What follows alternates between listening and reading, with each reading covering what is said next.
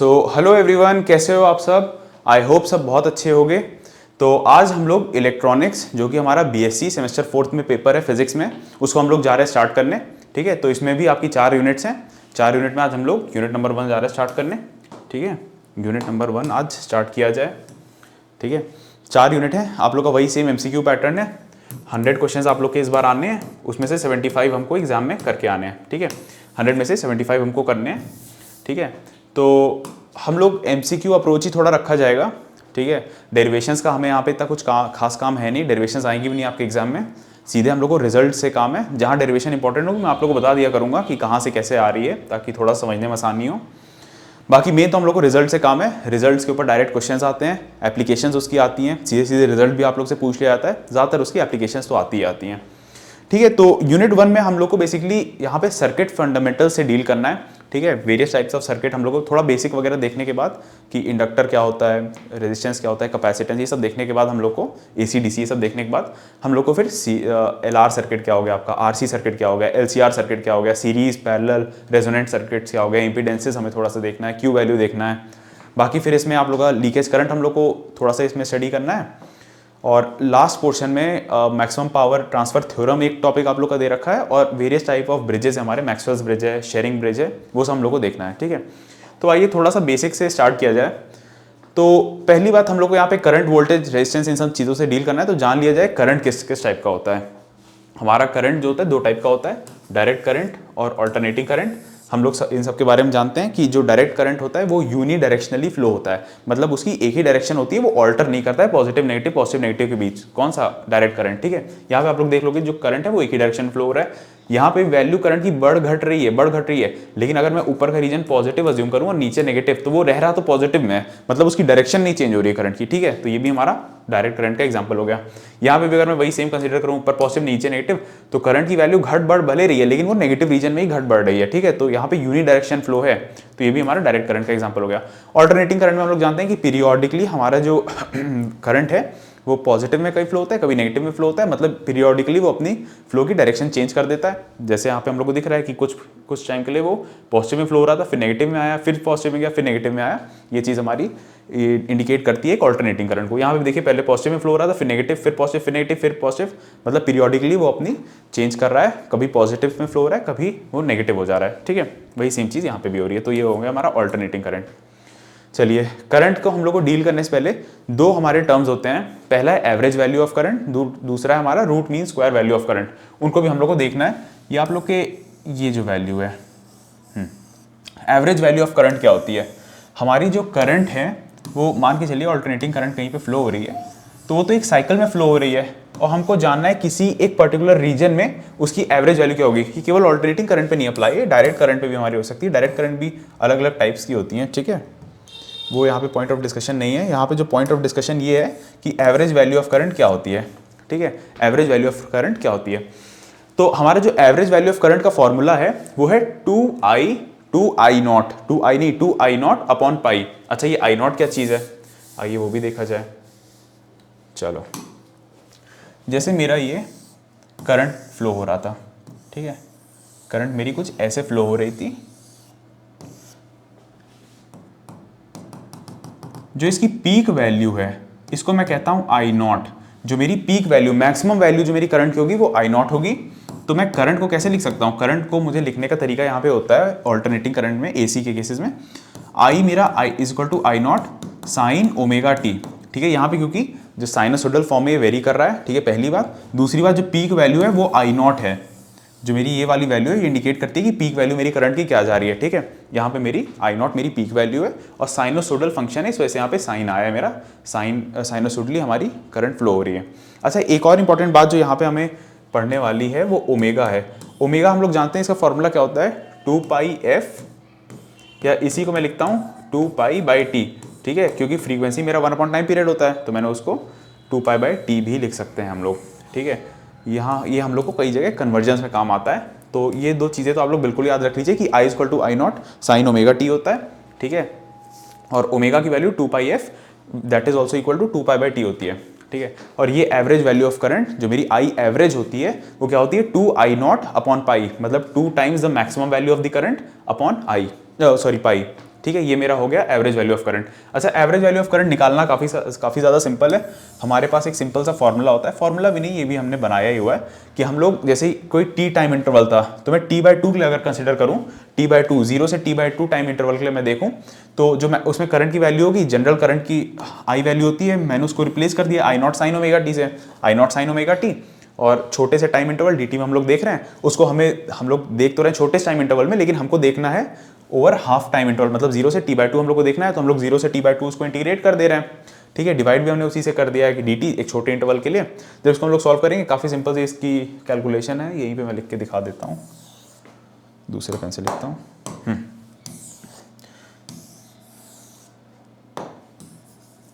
चलिए, इसको अगर हम लोग सॉल्व करेंगे, वैसे ये सब आपके एग्जाम में नहीं आएगा, ठीक है, आपके एग्जाम में आप लोग को ऐसे तो ये भी नहीं आएगा, लेकिन आप लोग को ये चीज़ बिल्कुल याद रखनी है कि आई एवरेज क्या होता है, याद कर लीजिए, क्योंकि आगे हम लोग को इसका कहीं ना कहीं काम आएगा।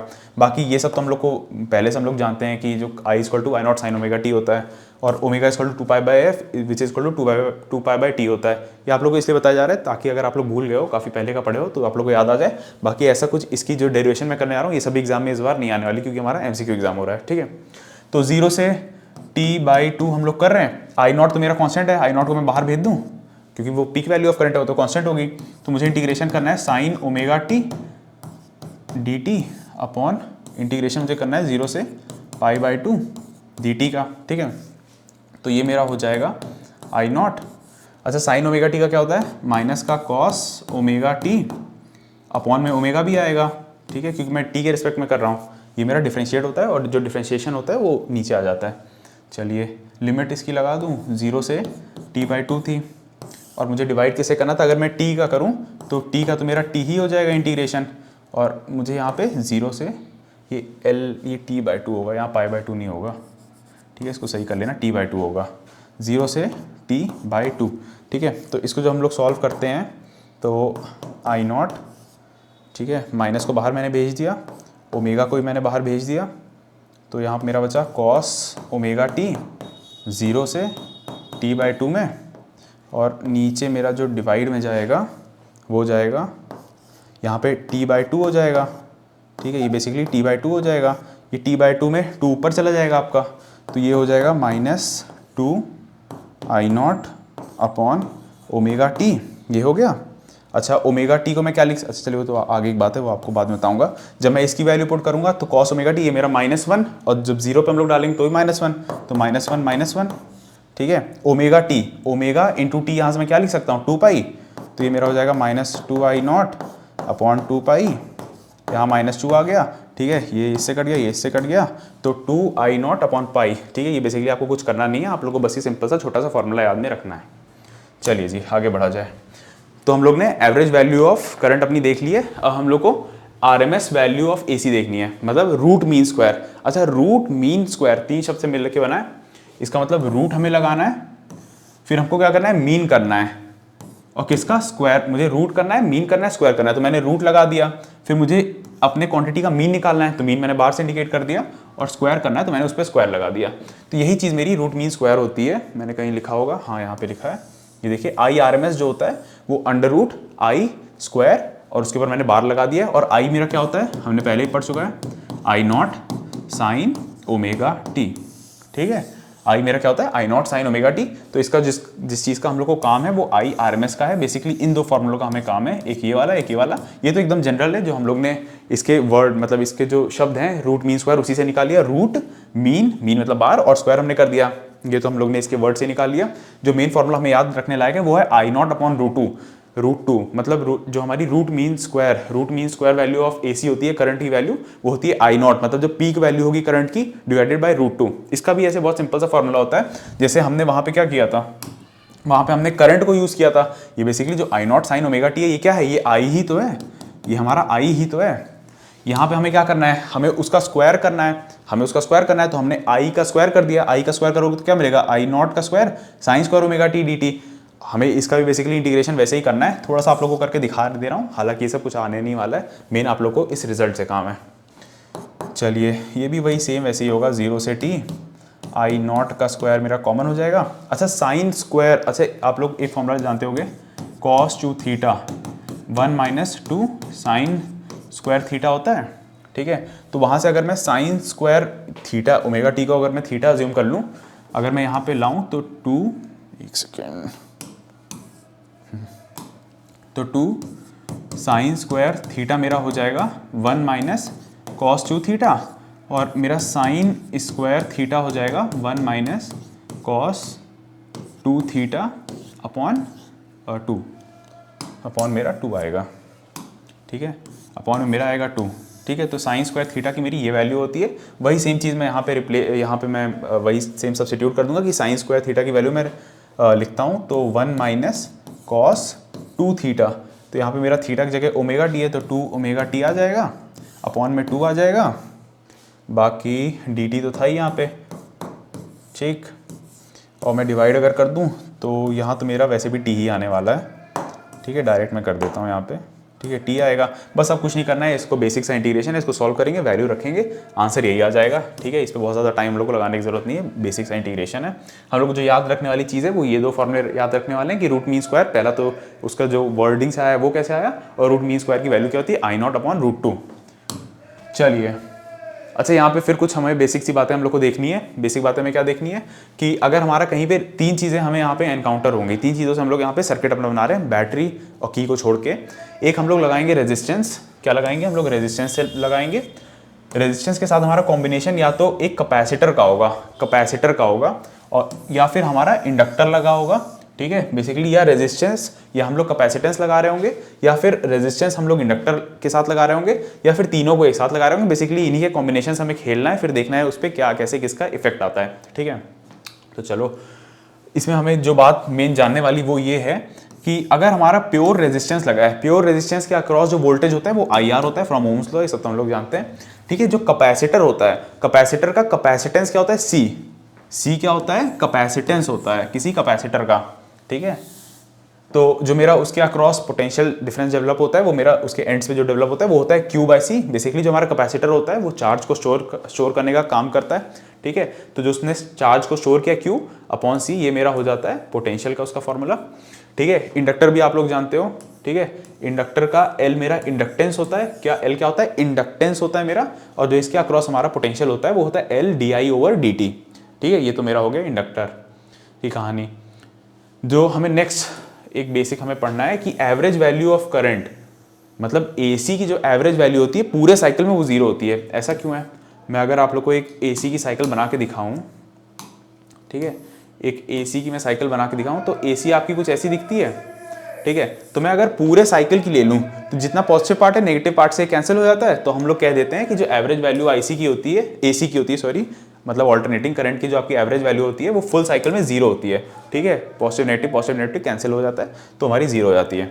चलिए, अच्छा, इंपीडेंस क्या चीज़ है, इंपीडेंस का भी हम लोग को आगे काम पड़ेगा। यहाँ बस देख लेते हैं कि इंपीडेंसेस होता क्या है। बेसिकली रेजिस्टेंस, जो सर्किट में रेजिस्टेंस सर्किट हमारा ऑफर करता है उसको हम लोग, बेसिकली जो रेजिस्टेंस होता है वही सेम चीज़ होती है इंपीडेंस, लेकिन इंपीडेंस का भी यूज़ करते हैं वर्ड और रेजिस्टेंस का भी यूज़ करते हैं।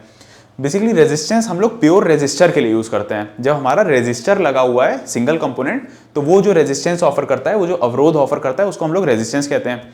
जब हमारे मल्टीपल कंपोनेंट लग जाते हैं, जैसे रेजिस्टेंस के साथ हमारा इंडक्टर लग गया, या रेजिस्टेंस के साथ हम लोग का इंडक्टर नहीं है, कैपेसिटर है, रेजिस्टेंस के साथ हमारा कैपेसिटर लग गया, या रेजिस्टेंस के साथ हमारा इंडक्टर लग गया, ठीक है। तो वो केवल रेजिस्टेंस ही अब मेरा जो अवरोध है वो नहीं ऑफर करेगा, रेजिस्टेंस नहीं ऑफर करेगा, अब उसके साथ साथ मेरा इंडक्टर भी ऑफर करने लगेगा, ठीक है। तो हम लोग दोनों का कंबाइंड इफेक्ट देखते हैं। ऐसा तो सिंपली है नहीं दोनों को बस ऐड कर दिया, ठीक है, ऐसा नहीं होता है। हम लोग दोनों का कंबाइंड इफेक्ट देखने के लिए, तो जो कंबाइंड इफेक्ट होता है, जो कंबाइंड दोनों का रेजिस्टेंस होता है, उसी को हम लोग इंपीडेंस कहते हैं, ठीक है। तो XR मतलब अगर मेरा केवल रेजिस्टेंस लगा है तो उसका जो होता है वो R ही होता है, सिंपल सी बात है, ठीक है। XR R मेरा होता है, मतलब प्योर रेजिस्टेंस मेरा R रेजिस्टेंस ऑफर करता है, वो तो हम लोग जानते हैं। अच्छा, XL मेरा होता है ओमेगा L के इक्वल, XL मेरा ओमेगा L के इक्वल होता है। मतलब अगर मेरा कहीं पे इंडक्टर लगा हुआ है तो वो जो रेजिस्टेंस ऑफर करेगा वो ओमेगा टाइम्स L होगा। अच्छा, L क्या है, L मतलब उस इंडक्टर का इंडक्टेंस, ठीक है।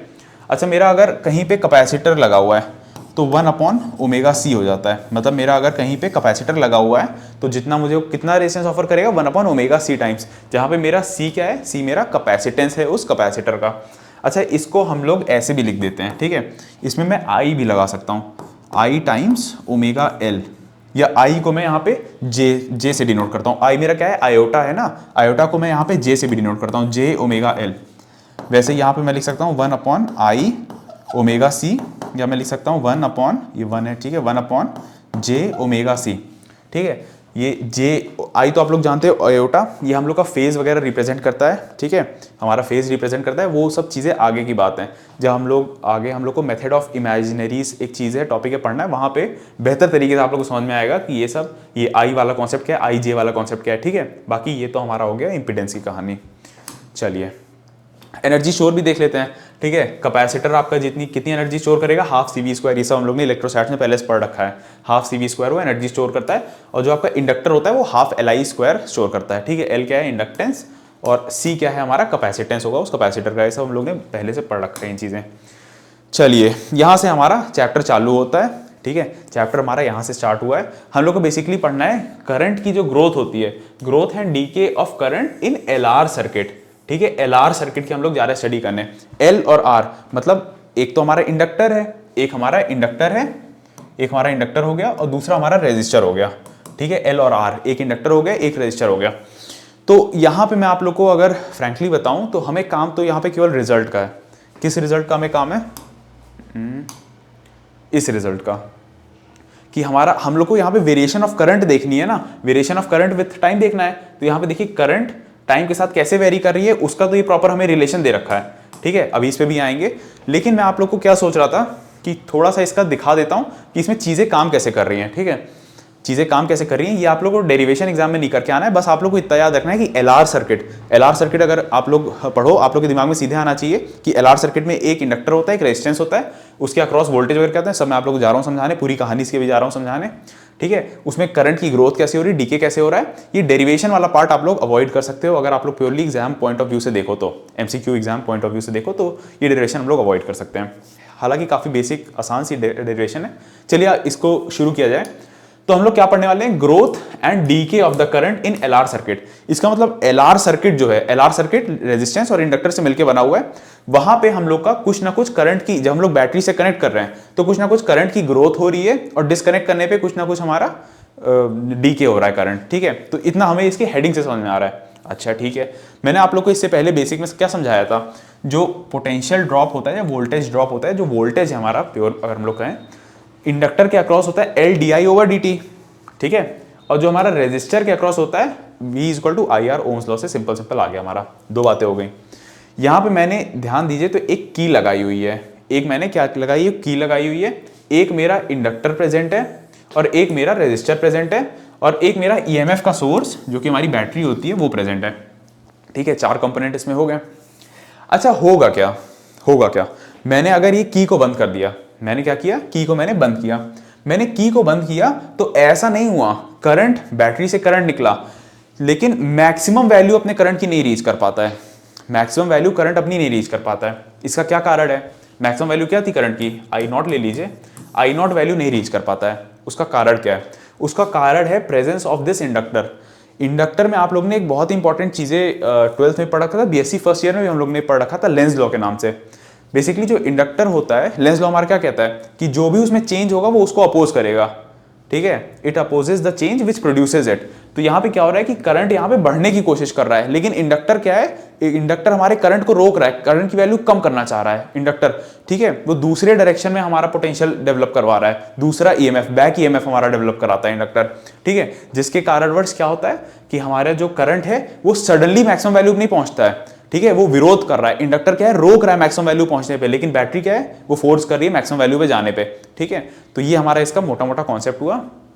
तो इसका मतलब हमारा जो इंडक्टर है वो रोक रहा है, इसका मतलब धीरे धीरे हमारी मैक्सिमम वैल्यू पे सैचुरेट होगा, ठीक है। मैक्सिमम वैल्यू पे पहुंच गया, ये तो हमारी हो गई ग्रोथ ऑफ द करंट, मतलब धीरे धीरे धीरे धीरे धीरे धीरे करके एक्सपोनेंशियली, वो अभी देखेंगे एक्सपोनेंशियली क्यों हो रहा है।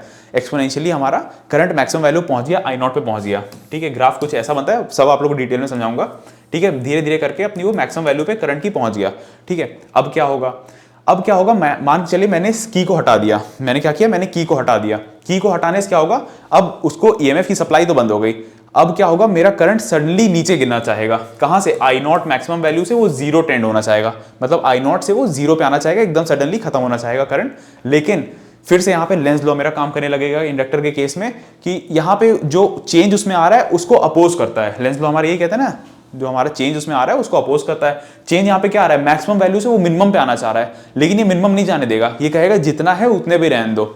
ये अपोज करेगा ना, ये इसको अपोज करना इसका काम है। तो वो मैक्सिमम वैल्यू से सीधे मिनिमम वैल्यू, मतलब सीधे जीरो नहीं आने देगा, ठीक है, सीधे हमारा जीरो नहीं आने देगा। उसका बेसिकली हमारा ग्राफ कुछ ऐसा बनता है, हम लोग इस पे आएंगे, ठीक है। हमारी कुछ मैक्सिमम वैल्यू से एक्सपोनेंशियली डीके होता है, ठीक है, एक्सपोनेंशियली डीके होता है। इस पे भी हम लोग आगे डिस्कशन करेंगे कैसे क्या होता है। आप लोग को मैं सोच रहा हूँ एक बार डेरिवेशन वाला पार्ट दिखा देता हूँ, ठीक है। हालांकि डेरिवेशन का आप लोग कोई काम नहीं, सीधे रिजल्ट का काम है। जहां रिजल्ट का काम होगा, कैसे काम होगा, वो सब मैं आप लोग को बता रहा हूँ। पहले आप लोग, मुझे उम्मीद है ये कॉन्सेप्ट आप लोग को समझ में आ गया होगा, ठीक है। तो यहाँ पे हमने क्या अज्यूम किया, मैक्सिमम वैल्यू ऑफ करंट हमारी I0 है, ठीक है, मैक्सिमम वैल्यू ऑफ करंट हमारी I0 है।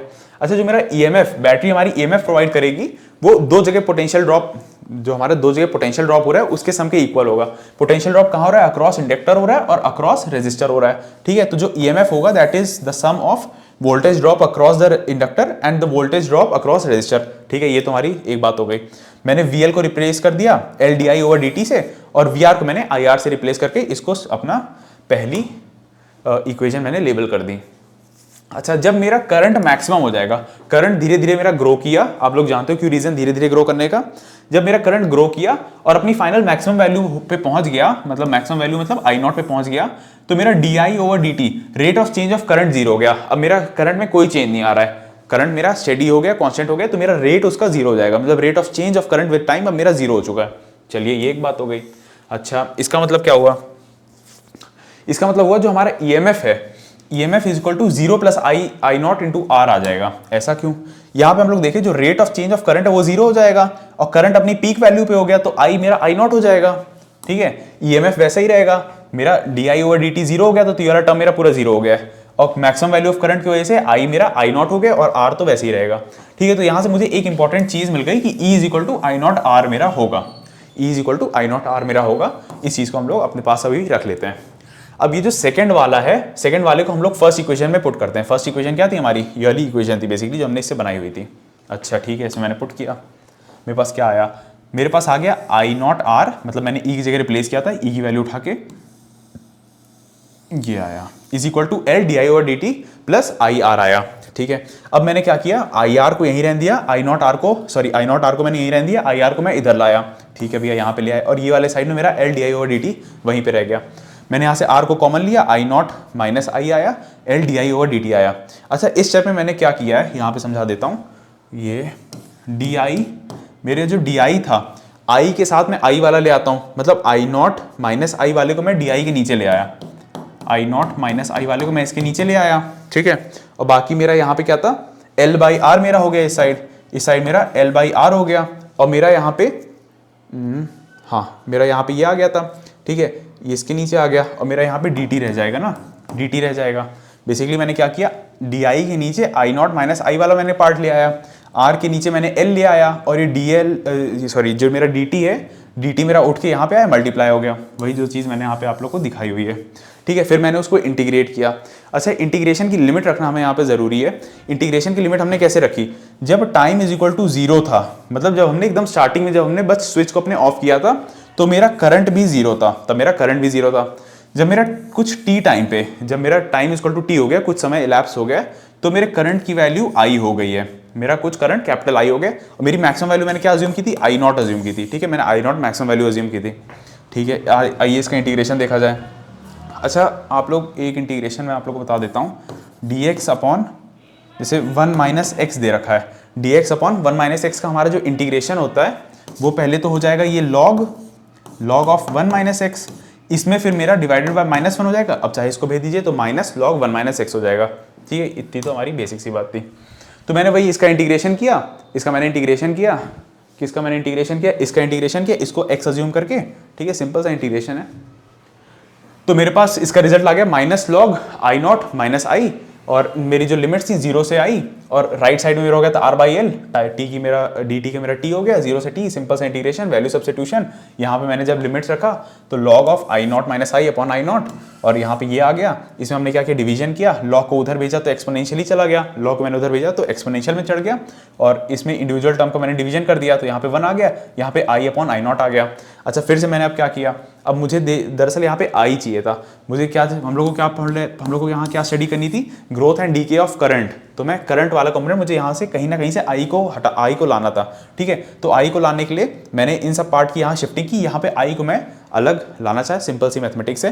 तो मेरे पास जो रिजल्ट आया, इन सबको सॉल्व करने के बाद जो रिजल्ट आया वो आया I is equal to I naught 1 minus e की power minus R by L into t. क्या आया, I is equal to I naught 1 minus e की power minus R by L into t. इसको बिल्कुल आप लोग याद कर लीजिए, 100% इसको याद कर लीजिए। डेरिवेशन पार्ट का कोई काम नहीं है, यही मेन है आप लोग के लिए।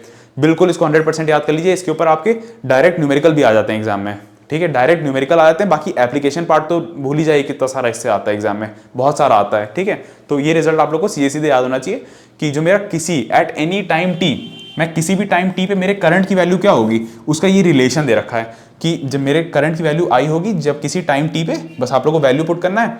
बेसिकली आर और एल जो है वो आपका कांस्टेंट है, रेजिस्टेंस और जो आपका इंडक्टेंस होगा वो दोनों कांस्टेंट होगा।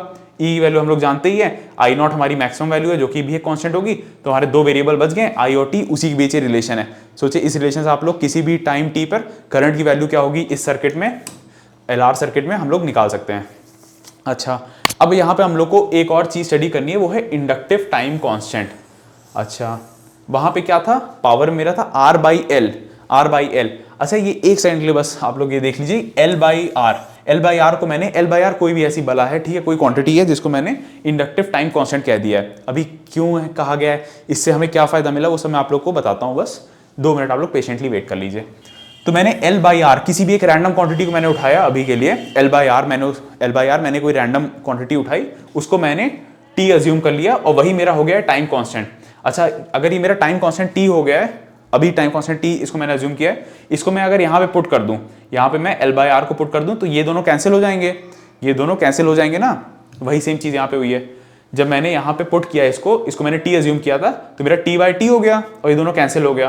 कैंसिल होने के बाद क्या बना, I is equal to I naught 1 minus e की पावर -1 बना, ठीक है। अगर मैं इसको सॉल्व करूंगा फर्दर तो यहाँ मैंने लिखा नहीं है, हालांकि लिख देता हूँ आई, अरे क्या हो रहा है, यहाँ मेरा होगा I is equal to I naught 1 minus 1 upon e. अच्छा जी यहाँ मेरा हो जाएगा I naught 1 minus 1 upon e की वैल्यू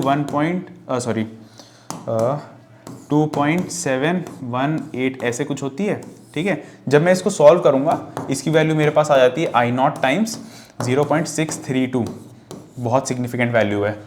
मतलब ये हुआ कि हमारा inductive time constant L by R वो समय है, मेरा inductive time constant L by R वो समय है जब मेरा करंट मैक्सिमम करंट का 0.632 टाइम्स हो जाता है।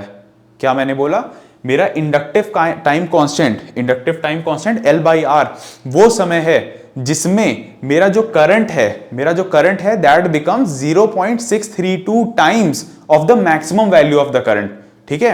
ये तो आप लोग को समझ में आ गया होगा। इसका हमें एक ग्राफ भी स्केच करना है, वो भी यहाँ नहीं बना है, बना देता हूं मैं, ठीक है।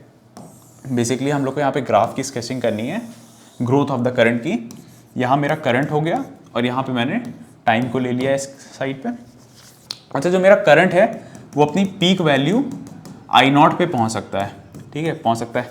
और मैंने यहाँ पे क्या देखा कि एक्सपोनेंशियल हमारी ग्रोथ हो रही है। फॉर्मूला हमारा कहाँ गया, ये था हमारा, जो आई है वो एक्सपोनेंशियली रिलेटेड, मतलब हमारी करंट की ग्रोथ एक्सपोनेंशियल हो रही है। अच्छा जी देखा जाए कैसे हो रही है, तो हमारी कुछ इस तरीके से होती है, ठीक है। जो हमारी ग्रोथ है वो एक्सपोनेंशियली होती है और वो सर्टेनली हमारी कहीं जाके मैक्सिमम वैल्यू को टेंड कर जाती है, ठीक है। ऐसा हमारा कुछ ग्राफ बनेगा। इसमें अब हमें कुछ चीज़ें इंपॉर्टेंट देखनी है, जैसे ये मेरी 0 है और ये मेरी मैक्सिमम वैल्यू है, तो इनके बीच मेरी कहीं हाफ वैल्यू होगी। यहाँ पे मेरा होगा आई नॉट बाई टू होगा बीच में वैल्यू। अब हम लोग को कहाँ पहुँचना है, आई नॉट बाई टू मतलब 0.5 टाइम्स आई नॉट, ठीक है, हाफ मतलब वही हुआ ना। हम लोग को 0.632 पे हम लोग ने देखा था ना। अच्छा मतलब 0.632 तो आपके हाफ से कहीं ऊपर होगा, तो इधर कहीं होगा, ये मेरा क्या है 0.632 टाइम्स आई नॉट, ठीक है, ये मेरी करंट की वैल्यू हो गई। मतलब अगर मैं इसमें स्केच करूं ग्राफ में तो इस पॉइंट पे मेरे करंट की वैल्यू 0.632 आई नॉट होगी। और इस टाइम को मैंने मान चलिए छोटा टी जो ले रखा था, स्मॉल टी हमने ले रखा था, क्या था, यही हमारा इंडक्टिव टाइम कांस्टेंट था, L/R था। ये टाइम मेरा L/R था। तो आप लोग को मैंने ग्राफ से भी दिखा दिया है कि इंडक्टिव टाइम कांस्टेंट क्या चीज होती है, ठीक है। L/R था मेरा। L/R वो वाला समय है जिसमें मेरा जो करंट है वो पीक वैल्यू का 0.632 टाइम्स हो जाता है, ठीक है।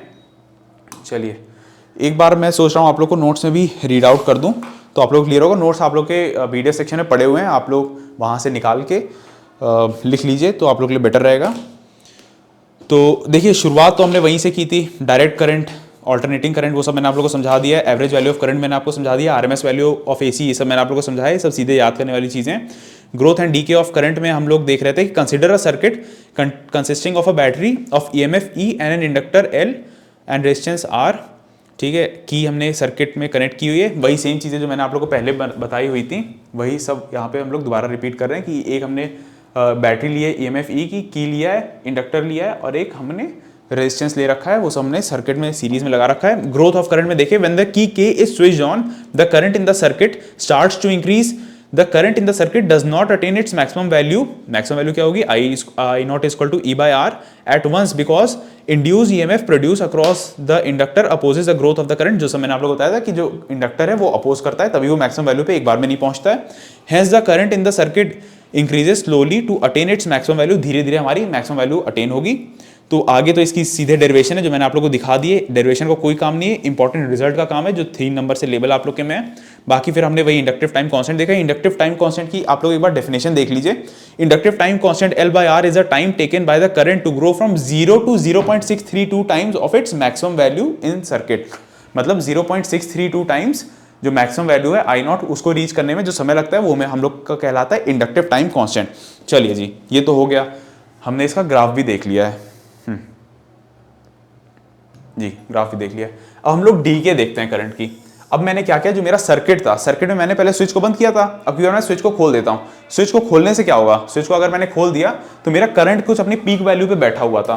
करंट मेरा आई नॉट अपनी पीक वैल्यू अटेन करके बैठा हुआ था, ठीक है। करंट मेरा अपनी आई नॉट पीक वैल्यू अटेन करके कुछ बैठा हुआ था। अब वहां से सर्किट में वो क्या होगा कि उसकी वैल्यू ड्रॉप होने लगेगी, करंट मेरा डीके होगा, लेकिन एक बार में जीरो नहीं आ जाएगा, सीधे मैक्सिमम से मिनिमम नहीं आएगा, हमारी स्लोली डीके होगी, ठीक है, धीरे धीरे डीके होगा। क्योंकि फिर से वही रीजन है, इंडक्टर हमारा रोक देगा, ठीक है। इंडक्टर अपने में कोई लेंस लॉ के अकॉर्डिंग कोई चेंज को अपोज करता है। तो यहाँ पे चेंज क्या आ रहा है, करंट कम होना चाह रहा है, तो वो क्या करेगा, करंट को बढ़ाने की कोशिश करेगा। उस अटेम्प्ट में जो उसका रेट ऑफ फॉल है वो धीरे हो जाता है, ठीक है। यहाँ पे भी वही फिर से डेरिवेशन, जिसका हमें कुछ खास काम नहीं है, समझा दूंगा हालांकि मैं आप लोग को, हमें मेन इस रिजल्ट से काम है, ठीक है। डेरिवेशन वाला पार्ट एक बार आप लोग दिखा देता हूं। वही हमारी सेम चीज है, जो ईएमएफ है 2 पार्ट में हमारा बटा हुआ है, एक इंडक्टर में गया, एक हमारा रेजिस्टेंस में गया, ठीक है। यहाँ पे अब की बार क्या हुआ, ईएमएफ हमारा 0 हुआ है। अच्छा, यहाँ पे ईएमएफ क्यों हमारा 0 हो गया, ईएमएफ 0 होने का कारण है कि हमने सर्किट से बैटरी को डिस्कनेक्ट कर दिया है। हमने की को खोल दिया, की के खोलने से हमारा सर्किट में से बैटरी हट चुकी है, ठीक है। तो ईएमएफ अब 0 आएगा। बाकी ये तो हमारा सिंपल सा फॉर्मूला हो गया, LDI/dt, और ये मेरा IR, ये तो हमने पहले डिस्कस कर चुके हैं कहां से आया है। अब की बार हमने फिर से वही वाला सेम काम किया, यहाँ मैंने डायरेक्टली 2-3 स्टेप मैंने यहाँ हटा दिए। हम क्या करें, हमें करंट बेसिकली निकालना है ना, तो करंट के लिए हम पहले ये वाली वैल्यू को इधर लाते हैं। तो मेरा यहाँ पे क्या हो जाएगा, -LDI/dt हो जाएगा इज इक्वल टू IR। अब मुझे करंट को निकालना था, तो DI बेसिकली मुझे DI का काम है, तो DI/dt is equal to -R/L integration dt हो जाएगा। ये सिंपली हमने केवल कुछ नहीं किया, रीअरेंज किए चीजों को, ठीक है। अच्छा, लिमिट्स यहाँ पे देखना काफी जरूरी है। हमारा टाइम इज इक्वल टू 0 जब था, जब हमने अपना बस अभी मैंने स्विच खोली हुई है, टाइम इज इक्वल टू 0 पे मेरा करंट उस समय मैक्सिमम था। मैक्सिमम करंट क्या है, I नॉट था, I नहीं था, ठीक है, I नहीं था। I मेरी मैक्सिमम वैल्यू ऑफ करंट नहीं है, I मेरी किसी एक टाइम पे है, जब मेरा टाइम t पे जो मेरी करंट की वैल्यू होगी। अच्छा, यहाँ पे तो आप लोग क्लियर हो ना। एक बात आप लोग को फिर से मैं समझा देता हूँ कि टाइम इज इक्वल टू 0 पर मेरा जो करंट था वो 0 था इन केस ऑफ जब मैंने अभी प्लग ऑन किया है, प्लग मैंने लगाया हुआ है, स्विच मैंने ऑन किए। अच्छा, time is equal to T मेरा वो टाइम था जिसपे मैं करंट को, जहां मेरे करंट की वैल्यू आई हो गई थी, जहां मुझे करंट की स्टडी करनी थी कि किसी पर्टिकुलर टाइम, किसी भी एनी टाइम टी पे हमारी करंट की वैल्यू आई होगी, जो हम लोग को स्टडी करना था।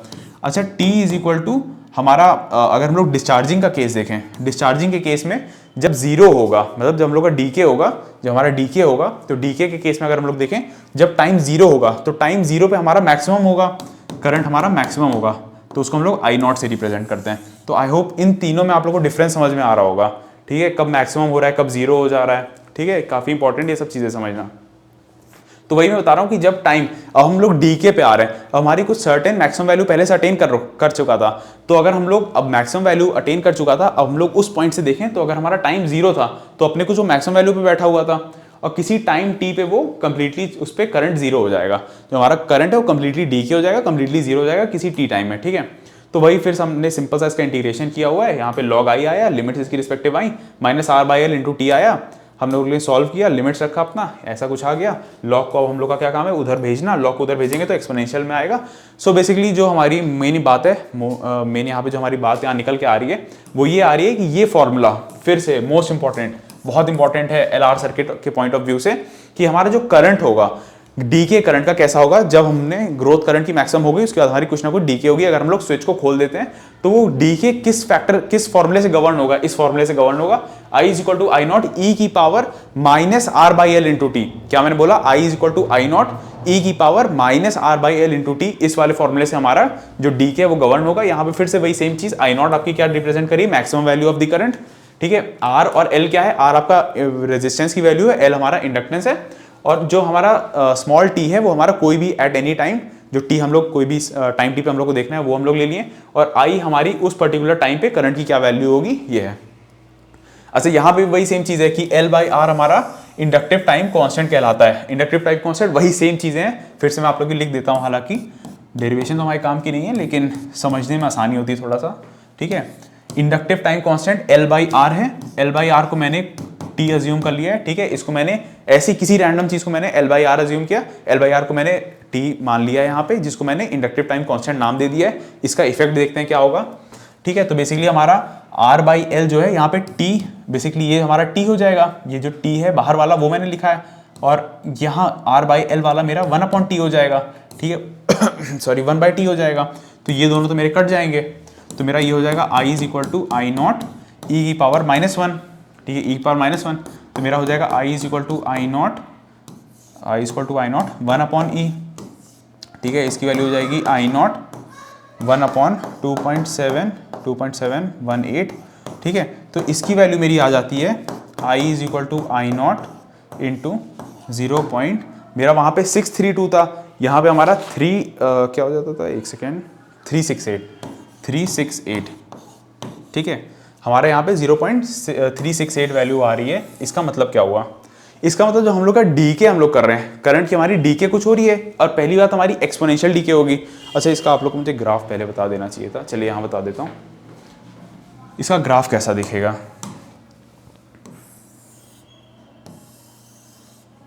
ठीक है, ऐसा हमारा कुछ ग्राफ दिखेगा।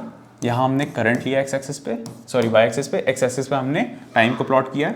हमारी कुछ मैक्सिमम वैल्यू थी, ये मेरी मैक्सिमम वैल्यू करंट की थी आई नॉट, वहाँ से मेरा करंट डीके कर रहा है, देखिए करंट मेरा डीके कर रहा है। हमारा फॉर्मूला क्या था, I is equal to I naught e की power minus R by L into t, R by L into t, ठीक है, एक्सपोनेंशियल डीके है, एक्सपोनेंशियल मेरा डीके हो रहा है करंट का, ठीक है। वही सेम चीज यहाँ पे रिप्रेजेंट हुई है।